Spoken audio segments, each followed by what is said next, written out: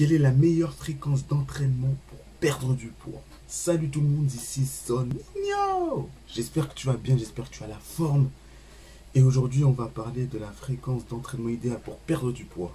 J'espère que tu es prêt, j'espère que tu es prête. Vamos! Dans un premier temps, je vais parler du temps pour maigrir. Combien de temps il faut pour perdre du poids?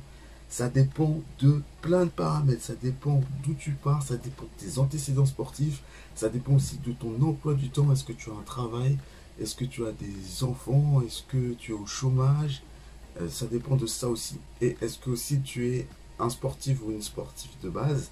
C'est tous ces paramètres qui vont déterminer le temps que tu vas mettre pour perdre du gras et également d'où tu pars. Le temps pour maigrir va aussi dépendre du nombre de kilos que tu as à perdre, comme je l'ai dit au départ. Donc si tu as 5 kilos à perdre, ça va prendre moins de temps que si tu en avais 20, mais le rythme aussi va aller moins vite. C'est-à-dire que si tu pars de 5 kilos à perdre, le rythme de la perte de poids sera moins rapide, plutôt que si tu pars de 20 kilos, là tu vas perdre beaucoup plus vite, beaucoup plus au début, et ensuite ça va ralentir au fur et à mesure du temps. Je vous rappelle que le bon rythme de perte de poids, c'est 500 grammes par semaine, pas au-delà. À part si vraiment tu pars de très très loin, tu peux perdre 2 kilos par semaine, mais vraiment de très très loin. Mais sinon, au-delà de 500 grammes par semaine, c'est que tu vas trop vite. C'est chaud. Donc essaye de ralentir si tu vois que tu perds un peu plus de 500 grammes par semaine, même allez, 1 kilo au maximum à la rigueur. Mais sinon, c'est assez dangereux. Enfin, pas dangereux pour la santé, je dirais pas dangereux. Mais tu vas trop vite. Et c'est pas la meilleure chose à faire d'aller super vite, sachant que le métabolisme peut s'adapter rapidement, ralentir rapidement. Et lorsque vous allez faire une réparation, entre guillemets, une récupération, essayez de ne pas reprendre du poids derrière. Vu que vous avez perdu assez vite, c'est le risque qu'il y a, c'est l'effet yo-yo, si vous ne contrôlez pas cet aspect alimentation-là. Lorsqu'on veut avoir un temps pour maigrir et si on veut être efficace dans la perte de poids, il faut avoir une dépense énergétique quotidienne minimum. Donc si vous restez tout le temps assis, tout le temps couché, ça ne va pas vous aider à perdre du poids assez vite. Certes, il faut avoir un bon rythme, pas aller trop vite, mais il faut qu'il y ait un bon rythme quand même. Il faut trouver l'équilibre entre, voilà, je perds un temps, je perds pendant un temps donné, mais sans aller trop vite non plus. Mais pour ça, il faut aussi optimiser sa perte de poids en se dépensant quotidiennement. Chaque jour, marchez 30 minutes par jour, si vous partez de très très loin encore une fois, ou même si vous voulez perdre du poids. Faites une marche d'au moins 30 minutes par jour, ça va vous aider dans votre perte de poids. Et tout ça, même rien qu'avec la marche, c'est limite sans effort. C'est que marcher.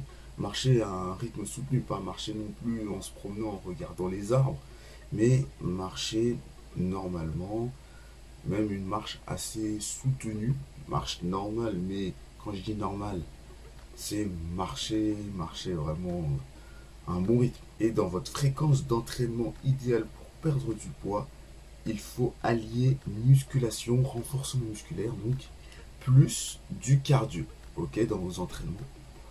Important que vous gardiez le renforcement musculaire, parce que sinon vous allez perdre du muscle si vous faites que du cardio. Et le cardio va vous aider à perdre du poids, même si il y en a qui vont dire qu'il y en a qui n'ont pas besoin du cardio. Mais la plupart des gens qui veulent perdre du poids et qui sont en surpoids et qui ont été en surpoids, ils ont besoin de faire du cardio. Donc c'est important d'allier les deux. Et la meilleure fréquence d'entraînement idéale, encore une fois, ça dépend de vous, ça dépend de votre emploi du temps. Et ça dépend de votre niveau aussi de sport. Okay.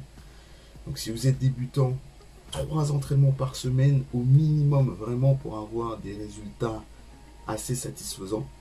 Et pour moi, la meilleure fréquence d'entraînement pour la perte de poids, c'est 5 entraînements par semaine. 4 entraînements de muscu avec 3 entraînements de cardio, ça fait 7, vous allez me dire. Mais le 5e jour, c'est-à-dire vous faites 4 entraînements muscu avec 2 jours où vous faites du cardio en plus et un jour où vous faites que du cardio. Là, c'est une fréquence d'entraînement idéale. Donc, je répète, 4 entraînements de muscu auxquels il y a 2 jours, vous rajoutez du cardio en plus. Et un jour où vous consacrez que le cardio pour perdre du poids. Là, c'est si vous êtes vraiment intermédiaire. Si vous êtes vraiment non sportif, voilà, privilégiez par exemple 3 séances de renforcement musculaire et rajouter un 4e jour, une séance de cardio avec un jour où vous faites et muscu et cardio. Là, ça va être très bien. Et un sportif, il peut s'entraîner 7 jours sur 7, il n'y a pas de problème. Il peut faire 5 entraînements de muscu, 4 à 5 entraînements de musculation. Et les 2 ou 3 autres jours, il fait que du cardio. Et là, il n'y a pas de souci. Quand tu es sportif, tu as l'habitude de faire du sport, logique. Donc, 7 jours sur 7, il n'y a pas de problème tant que tu ne fais pas un muscu 7 jours sur 7. Lâche le pouce bleu, abonne-toi à ma chaîne YouTube si tu n'es pas abonné.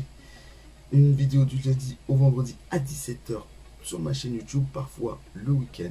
Je te dis à la prochaine pour une nouvelle vidéo. C'était Soninho pour une nouvelle vidéo. Oh, merci et ciao, bye bye.